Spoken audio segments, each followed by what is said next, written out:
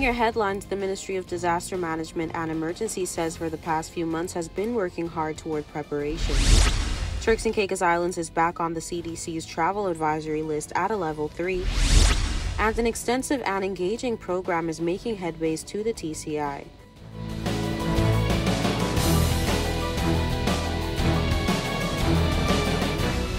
From the PTV Broadcasting Headquarters in Providenciales, your #1 source for news, I'm Erica Penales delivering the latest from across the country this Thursday, June 2nd, 2022, right to your door. Newswatch starts now. Minister responsible for disaster management and emergency says for the past few months his ministry has been working hard toward preparation, response, and post-disaster response and hopes that the public is playing their part. Here's more. According to the National Hurricane Center, 14 to 21 named storms, 6 to 10 hurricanes, and 3 to 6 major hurricanes are being predicted this 2022 Atlantic hurricane season, another above-average season for the region. Acting Director of the Department of Disaster Management and Emergencies, Michael Clairvaux, speaks on the year-to-year improvements with hurricane preparedness and response. I think from 2017 compared to today, we are in a far better position now than before. We have been having a lot of meetings. We've been putting plans and policy in place. We have been improving our communication system. As you can tell that we have a tower out there now, which back in 2017, communication was a big factor for us. We have improved that. We have regular meetings, as the minister said, and with key stakeholders. And one of the key things that we keep on trying to find out, where are we now? Have we improved on that? And there's a tremendous improvement on that. But from the government and the private sector or the stakeholder sector, we are pretty much prepared. But our resilience is not based on only that. Our resilience is based on the community. How well is the average man prepared? Have they been preparing their home? Is their home really prepared? Have they been following the building codes? Do they know their risk? That is going to tell us how we're going to bounce back. When it comes to the launch of the DDME app, officials say the system will in no way replace the previous and existing information dissemination procedures, but will instead act as an additional measure to ensure maximum outreach. The app is not going to replace any communication system we currently use right now. It is our additional communication system that we have. We realized that from 2017, when we were sending out alerts or information using our telecommunication system here, the two companies, we still have persons who didn't receive the information. Now with the app, once you download it, whatever information is pushed, you immediately receive it on your phone. And in addition to that, it has much more information than just alerting you. You have information in regards to your shelter, where the shelters are located. As I stated earlier, you can pretty much identify the shelter based on your location, which is the closest one. You have other information about your risk, the various hazards that we have within that TCI is prone to. We also have storm surge maps inside of that, which kind of determines where you at and where's the level of storm surge that you most likely can anticipate. Like the minister said, it is an additional set of information to get to warn the population and to provide the information for the population at their fingertip. Speaking on the wellness of our human capital, Minister Honorable Arlington Musgrove says works have begun to procure a property for storage uses. We're looking to get a property and put a 8,000 square foot building on that we can store all our stuff, foods. I think Mr. Dapsek Emilio can correct me if I'm wrong. We have store food with shelf life about 5 to 12 years now, you know. So these are things we want to be storing, but not only for in time of hurricanes. You know, we have people who need stuff on a daily basis. So DDME is not only going to be and for disaster, we're going to work closely also with the social welfare department. The Atlantic hurricane season began on June 1st and will end on November 30th. Newswatch will have more on the strides being made in preparation for this 2022 season. The Turks and Caicos Islands is playing host country for the 52nd annual meeting of the Board of Governors of the Caribbean Development Bank. Scheduled to take place virtually from June 1st to the 10th and June 13th to the 16th, 2022 on Providenciales under the theme Measure Better to Target Better, Adaptation and Resilience, the 52nd annual meeting of the CDB began yesterday, June 1st, virtually. The first seminar focused on improving connectivity to achieve regional food security. We gather that it is the first in a discussion series on improving connectivity to foster market integration, achieve food security, and drive shared growth and prosperity in the Caribbean. This year, the theme Measure Better to Target Better, Adaptation and Resilience will anchor all our activities as we formulate programs to close the distance to the Sustainable Development Goals, SDGs. Implementing programs which ensure we create the best future for our people requires collaborative effort driven by evidence-based strategies and precise actions. Creating an appropriate ecosystem to achieve the SDGs mandates a high degree of innovation and responsiveness to establish the capabilities necessary to address our social, financial, environmental, institutional, and economic challenges. One of those challenges is food security, which has recently taken center stage in regional and international discourse and is also embedded in CARICOM's and CDB's agenda. This seminar drew on a call by the 33rd intersessional meeting of the CARICOM heads of government for a rethink and redesign of the regional agenda centered around shared prosperity and a more integrated CARICOM, and a confirmation of the target to reduce the region's food import by 25% by 2025. We are pleased to facilitate a seminar entitled Regional Food Security, Streamlining Logistics to Bring Products to Market, with a panel of global experts. The dialogue, which is solutions-oriented, will examine the current environment and requirements needed for the Caribbean to achieve food security. It is focused on increasing the trade of agri-food products, improving regional transportation networks, and streamlining border systems and processes. It will also provide a platform for varied perspectives by subject matter experts to posit concrete recommendations and identify quick wins and longer-term opportunities for collaboration amongst our private and public sector partners. Food security, as defined by the United Nations Committee on World Food Security, means that all people at all times have physical, social, and economic access to sufficient, safe, and nutritious food that meets their food preferences and dietary needs for an active and healthy life. In this first seminar, food security was the main focus. For the region, food security has been an ongoing concern as our populations are constantly faced with rising food import levels, which are now trending towards US $6 billion annually. This is further compounded by supply and logistic chain challenges, the fallout from COVID-19, and the impact of the war in Ukraine on food prices in the Caribbean. At the bank, we are championing innovative solutions to respond to our unique circumstances. As we continue to leverage knowledge, innovation, and creativity to foster resilience, drive economic diversity, and increase competitive advantage for our economies, we are investing in the sustainable development of the trade and agricultural sectors to generate food security, lower the food import bill, whilst also promoting diversification and innovation in national economies. Over 200 delegates, including government ministers and officials, private sector representatives, members of civil society, academia, and media were expected to attend the meetings. The program for this year's meetings focus on the greater use of knowledge-based decision-making in addressing the region's economic and environmental challenges. CDB, guided by agricultural strategy and policies and strategic plan, has channeled increasing resources to agriculture, seeking to improve both environmental and infrastructure to encourage greater efficiency along agriculture value chain, providing support to Caribbean Agriculture Health and Food Safety Agency to develop guidelines on capacity building to implement interregional trade in agriculture. Stay tuned for more of this story in a subsequent newscast. It's time for a quick break. More News Watch when we return.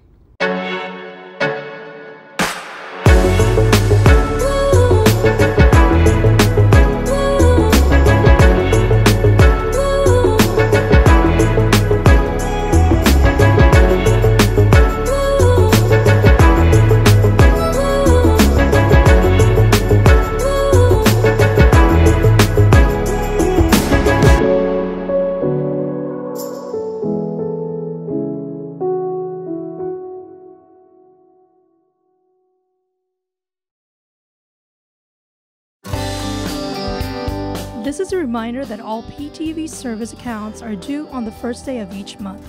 Accounts should be brought up to date by the 28th of the month to avoid disruption in service. Payments may be made on our office at STUBBS Diamond Plaza, Providenciales, DEE'S Plaza, North Caicos, and Airport Road in South Caicos. Payments may also be made online using Scotiabank, CIBC First Caribbean Bank, and Royal Bank of Canada.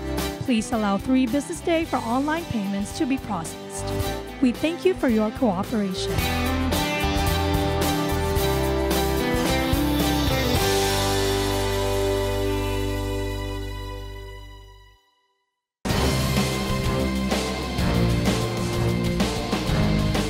Welcome back to Newswatch. Somehow, the Turks and Caicos Islands has managed to find itself back on the CDC's travel advisory list at a level 3 after being completely removed from that list weeks ago. Newswatch has the latest. After about 6 weeks of being at a level 2, travelers are now being heavily cautioned when traveling to the Turks and Caicos Islands yet again. The Turks and Caicos Islands was in April brought to a level 2 on the Centers for Disease Control's travel advisory list, only to be placed at a level 3 yet again.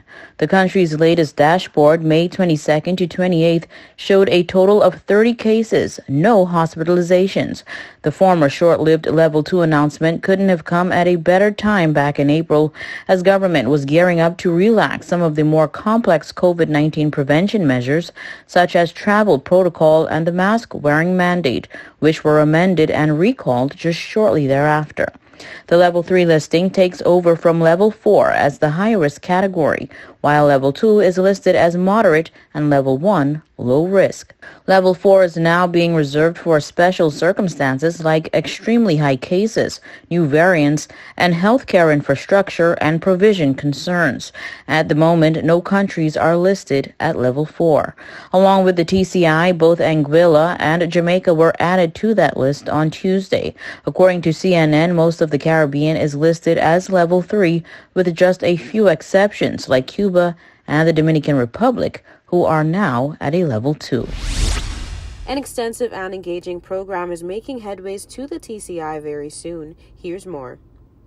Macmillan Education Caribbean will on Monday launch an extensive Summer of Science campaign designed to encourage both students and educators to grow their passion and get involved in all kinds of science. This campaign, which is set to run from June 6 to September 12th, as we learn, will incorporate both social media and several online events.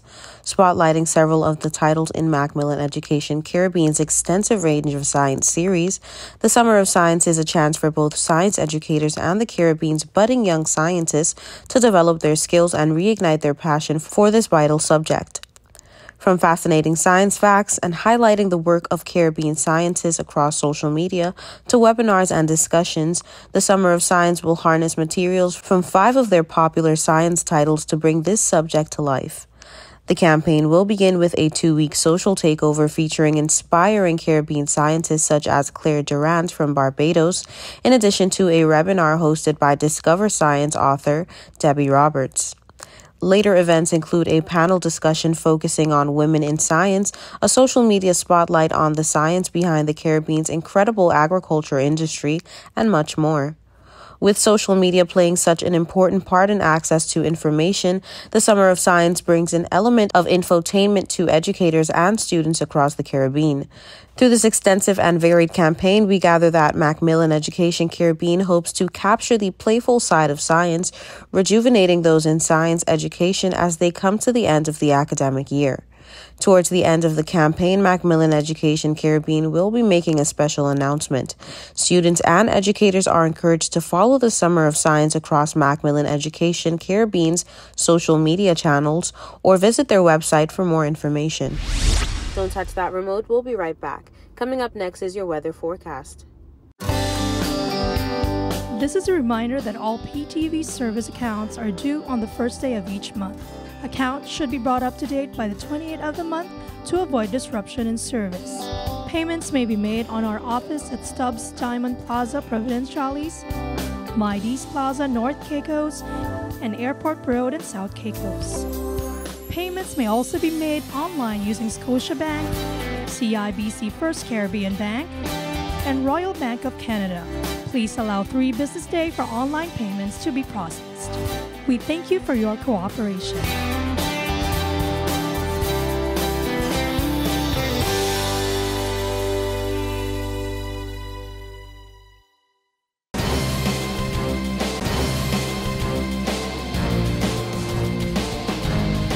Here is your weather forecast. For the nation's capital, Grand Turk, on Friday, mostly cloudy skies, high 84, low 79, wind southeast at 10 to 20 miles per hour. On Saturday, partly cloudy skies, high 84, low 79, wind southeast at 15 to 25 miles per hour. On Sunday, partly cloudy skies, high 85, low 80, wind southeast at 20 to 30 miles per hour. On Monday, partly cloudy skies, high 85, low 80, wind southeast at 15 to 25 miles per hour. On Tuesday, partly cloudy skies, high 84, low 79, wind southeast at 10 to 20 miles per hour. For South Caicos on Friday, mostly cloudy skies, high 84, low 79, wind southeast at 10 to 20 miles per hour. On Saturday, partly cloudy skies, high 84, low 79, wind southeast at 15 to 25 miles per hour. On Sunday, partly cloudy skies, high 85, low 80, wind southeast at 20 to 30 miles per hour. On Monday, partly cloudy skies, high 85, low 80, wind southeast at 15 to 25 miles per hour. And on Tuesday, partly cloudy skies, high 84, low 79, wind southeast at 10 to 20 miles per hour. For North and Middle Caicos on Friday, mostly cloudy skies, high 85, low 79, wind southeast at 10 to 20 miles per hour. On Saturday, partly cloudy skies, high 84, low 79, wind south-southeast at 10 to 20 miles per hour. On Sunday, partly cloudy skies, high 86, low 80, wind south-southeast at 10 to 20 miles per hour. On Monday, partly cloudy skies, high 86, low 80, wind southeast at 10 to 15 miles per hour. And on Tuesday, partly cloudy skies, high 86, low 79, wind southeast at 10 to 20 miles per hour. For Parrot and Pine Key on Friday, partly cloudy skies, high 85, low 79, wind southeast at 10 to 20 miles per hour. On Saturday, partly cloudy skies, high 85, low 80, wind south-southeast at 10 to 20 miles per hour. On Sunday, partly cloudy skies, high 85, low 80, wind south-southeast at 10 to 15 miles per hour. On Monday, partly cloudy skies, high 86, low 80, winds east-southeast at 5 to 10 miles per hour. On Tuesday, partly cloudy skies, high 85, low 79, winds east-southeast at 10 to 15 miles per hour. And on Providenciales on Friday, partly cloudy skies, high 85, low 79, wind southeast at 10 to 15 miles per hour. On Saturday, partly cloudy skies, high 85, low 80, wind south-southeast at 10 to 20 miles per hour. On Sunday, partly cloudy skies, high 85, low 80, wind south-southeast at 10 to 15 miles per hour. On Monday, partly cloudy skies, high 86, low 80, winds east-southeast at 5 to 10 miles per hour. And on Tuesday, partly cloudy skies, high 85, low 79, winds east-southeast at 10 to 15 miles per hour. Now for your sunrise and sunset: sunrise 6:06 a.m., sunset 7:31 p.m. And for your high tides and low tides: high tides 11:07 a.m., 11:19 p.m., and low tides 5:09 a.m., 4:56 p.m. And for your hurricane outlook: shower activity associated with a weak surface trough located about 200 miles east-northeast of the northwestern Bahamas has diminished, and upper-level winds remain strong in the area. Development of this system is not expected while it moves northeastward at 5 to 10 miles per hour over the southwestern Atlantic during the next couple of days. And that's it for your weather forecast and hurricane outlook. We'll be right back for more News Watch.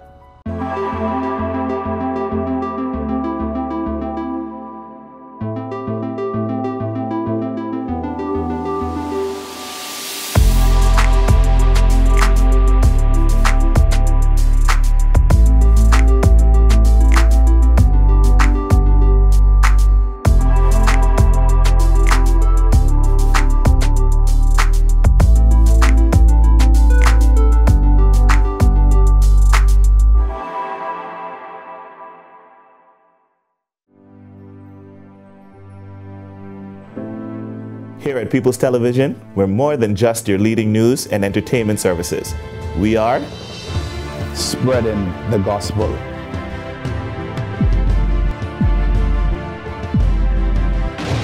We are breaking barriers.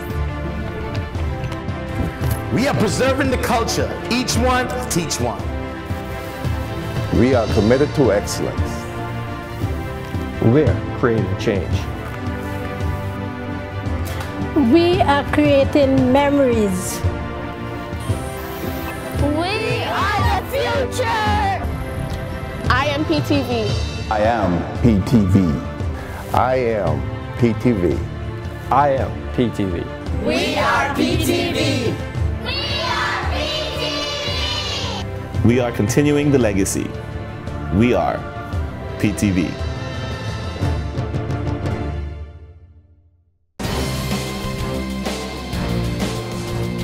Welcome back to Newswatch. This story has so much valid information that we thought we'd run it again just in case you missed it. On May 19th, 2022, the EMS held a training day held at the Gustavus Lightburn Stadium from 10 a.m. to 2 p.m. During this time, the community was presented to learn introductory first aid measures as it relates to time-sensitive emergencies. There was also a variety skill stations that allowed visitors to learn and practice CPR, as well as techniques to stop the bleed. Additionally, visitors were taught how to identify a stroke, how to recognize someone having a severe allergic reaction, and much more. Well, today at Gustavus Lightburn, we are having the Save a Life Day with the EMS team, which we are celebrating for the entire week, which is Emergency Medical Services Week, Rising to the Challenge. So today, you'll have various tables and persons can come in and see the exhibits we have where they're showing all of the aspects of the EMS, as well as, surprisingly, I had an opportunity to deliver a baby just now with the artificial. So even if you're en route to the hospital and you are delivering, we have the capacity to be able to deliver the baby as well as get you safe to the hospital en route. So there's a number of things. So persons, hopefully everyone would have come down today and visited and be a part of our celebrations for the entire week. Honorable Robinson was inquired on how he thinks the training workshop would benefit the visitors. The benefit is for persons to get an up-close look at what our professionals, particularly in the Ministry of Health and EMS specifically, to see what they actually do, because a lot of the services that is offered within the Ministry of Health, within EMS, persons don't realize how important it is, as well as you get to put a face to the people that will give you service in your time of need, because it's always good to see a familiar face in your most trying time. So getting to know the persons, the paramedics, the firemen who makes up a part of the EMS team, and all the support staff, so you know who's out there working on your behalf and that's ready and willing and able to assist you in your time of need. So it's a perfect opportunity not only to learn and, get your pamphlets with your information on it, but also to be able to meet the people that serves you very quietly and very efficiently. Students were present at the workshop as the EMS team predicted, where they got the chance to learn necessary measures that might come in handy someday. It's a good opportunity because the students might choose the career path to become EMTs and be EMS personnel, because they get to see what the persons do. So just like you have an opportunity to go to career fairs for persons a little bit older, the younger students who come here, they can get a love for medicine, for emergency response, for health and all. So even if they don't necessarily become EMTs or paramedics themselves, they could be a part of the healthcare response team as a whole. So that's something that can spark in them seeing themselves in those particular roles, in their nice uniforms and everything else that comes along with it, and helping their communities. The children were reportedly very receptive to the teachings of the EMS and were notably very excited to be present. They were pretty smart, everybody know how to dial 911. Everybody, know what is choking. They know, well, actually one was very smart. She knew how to do the abdominal thrusts and everything. So yes, I had a good interaction with the kids. Prosper told Newswatch that thanks to her director, Lindsay Turnquest, EMS Week was a success and allowed for EMTs from all over the islands to interact with each other. For our EMS Week, my director, Ms. Lindsay Turnquest, she thought it was very amazing to celebrate EMS together, being as we have different various bases, like we have different teams in different islands. So she would travel. Well, we came from Grand Turk, myself and Mr. Pear. So we're celebrating today and tomorrow. And then she also had some crew from Provo. They went on to South Caicos, and then she have Mr. Mackenzie. He came from North Caicos. So we all just, you know, sharing the days. Some people go there, some people go there and travel with her like that. And on Saturday, I believe she'll be coming. On the last day of EMS, it's on Saturday, so she'll be coming to Grand Turk for closing. Overall, EMS Week here in the Turks and Caicos Islands was a success, as we hear from Director of the EMS, Lindsay Turnquest.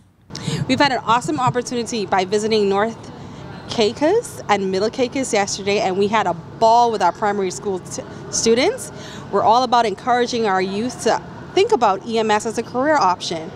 TCI is a great country, and we have a lot of talented individuals here. We're hoping to get our younger youth involved and interested in becoming one of us. We went to South Caicos and wow, got to meet the oldest individual in South Caicos. That was an epic experience. We were able to go door to door and provide blood pressures and glucose readings, and we also were able to support the World Hypertension Day. So far this week has been extremely productive, and we've had an awesome time. Tomorrow, Friday, EMS Appreciation Day, inviting all of our stakeholders to come out and show some love to your EMS providers in all islands. I'm sure even if it's just a phone call to say thank you or stop by the base, they would truly enjoy that interaction. And that brings us to the end of this edition of The Real News. I hate to leave you so soon, but of course, you can join us right back here every weekday at 6:30 p.m. and tap into our social media platforms at www.ptva.tci.com. I'm Erica Pinales, keeping you informed, updated, and affiliated. Until next time.